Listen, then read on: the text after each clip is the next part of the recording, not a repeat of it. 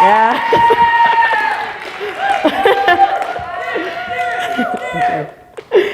When I was 9 years old, I had a ton of friends. I went to Lafayette School and I was on top of the world. Every day was a new day of Foursquare and climbing on the monkey bars. Then one day, I was ready for recess, so I ran outside to start a new game of Foursquare with my friends, but they wouldn't let me play. They wouldn't even talk to me. I was so lost and so hurt, I had no idea what to do. I felt completely invisible. Think about how many interactions you have per day for a minute. Is it a lot? Is it a little? Imagine what it would be like if you had no interactions at all, if you were completely invisible. So the next day, I got on the bus, and my friends proceeded to tell me that it was all a joke. They continued to do this to me ever so often, so I started getting used to it. I'd go to recess, they'd ignore me, and I'd come back on the bus, and they'd talk to me again. Every week they'd ignore me, and every week I felt invisible.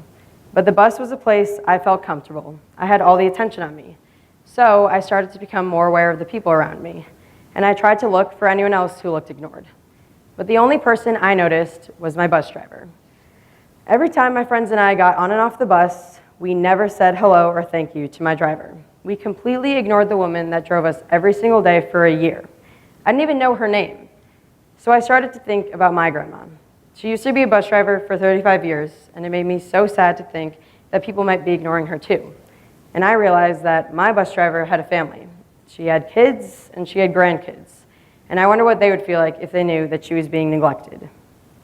So I decided I wanted to recognize my bus driver by greeting and thanking her for the rest of the year. I knew these were small acts of kindness, but I was proud of myself to appreciate someone that wasn't as appreciated as she should have been. I mean, just imagine the thought of no one ever acknowledging you. It would be sad and lonely, and no one should have to go through what that feels like. Then, when I got to middle school, I didn't take the bus anymore. I walked. So I didn't think about my bus driver anymore, and I started to think about other things. Every day for lunch, I ordered the same snack bag, ate it, then threw it away. After constant complaints from my teachers about students' tables lacking cleanliness due to the fact that basically no middle schoolers would throw away their garbage, I noticed something else. Not once had I witnessed a student greet or thank a janitor. Most of the middle schoolers left trash behind with no feelings of remorse. How could someone do that? How could you ever do that to a man like Kevin? Kevin's a custodian at the high school that I talked to a few days ago, and he told me all about his job. He comes in on weekends, during spring break, and on snow days. When you guys are off, we're here, Kevin told me. I talked to him and Manny. Manny's another custodian, and I learned a lot. For starters, they told me what their average day of work is, and let me tell you, it is definitely not easy. They start off at lunch by setting up the tables and the mat in the sea gym, and then after lunch, they clean off those tables, take away the mat, go into the cafeteria, clean off the chairs, clean off those tables, and put everything back to the way it started out. The other day, I went into the cafeteria and I really looked around, and what I saw was so surprising. Food on the floor, drinks spilled on chairs, and brown paper bags left on tables. High schoolers leaving trash behind is unacceptable, and taking advantage of our staff members is also unacceptable. After lunch, the custodians go in the hallways and they each have their individual jobs. Kevin told me as he walks the halls, few kids say hi, probably making him feel invisible. Manny proceeded to tell me that he doesn't have close relationships with many of the kids at the school, which luckily doesn't bother him, but he would like it if he were closer to some. We need to have relationships with our faculty members. They are amazing people. They need to be recognized, and they have to be recognized. They're the reason that the school is even safe to learn in. And the worst part about it is that it all starts out when we're young. When we're kids, we expect grown-ups to do everything for us, like clean up our trash.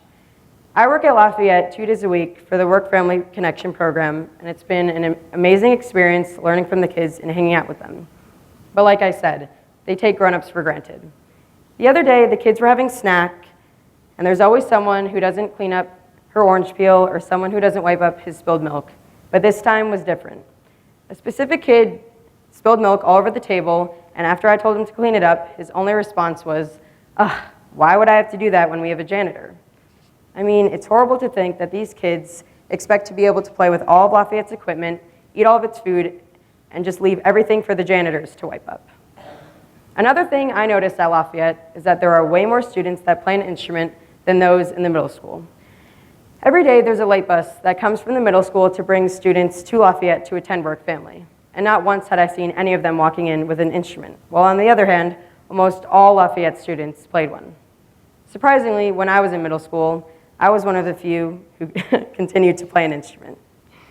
During my middle school days, I realized that playing in the orchestra wasn't very cool, which shocked me because we look up to musicians and actors, and I expect that they are in orchestra, chorus, band, and the musicals and plays. I remember when I was in 7th grade, there was a communal printer in the orchestra room, so anyone could come in, print something, and then leave. One day, we were playing a song, and someone I knew came in to print something, so I waved at them, but they never waved back. Maybe they didn't see me, but I thought I made it pretty clear I was waving at them. I knew the orchestra wasn't very cool, but I didn't realize I had to be completely ignored.